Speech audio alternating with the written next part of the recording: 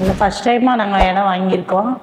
எங்களுக்கு நல்லா இருந்துச்சு. இடம் ரேட்டும் கம்மியான ரேட்டாக இருந்துச்சு. வணக்கம் மேம். வணக்கம். நம்ம எம்ஆர் ப்ரோமோட்டர்ஸ்க்கு நீங்கள் எப்படி அறிமுகமானீங்க?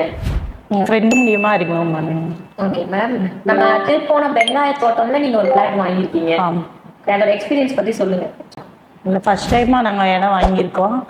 எங்களுக்கு நல்லா இருந்துச்சு. இடம் ரேட்டும் கம்மியான ரேட்டாக இருந்துச்சு. வீடு வாங்கணும்னு முயற்சி பண்ணிகிட்டு இருந்தோம். சரி ஃபஸ்ட்டு ஏதாவது இடம் வாங்கிட்டு அப்புறமேட்டு வீடு வாங்க முயற்சி பண்ணுவோன்ட்டு.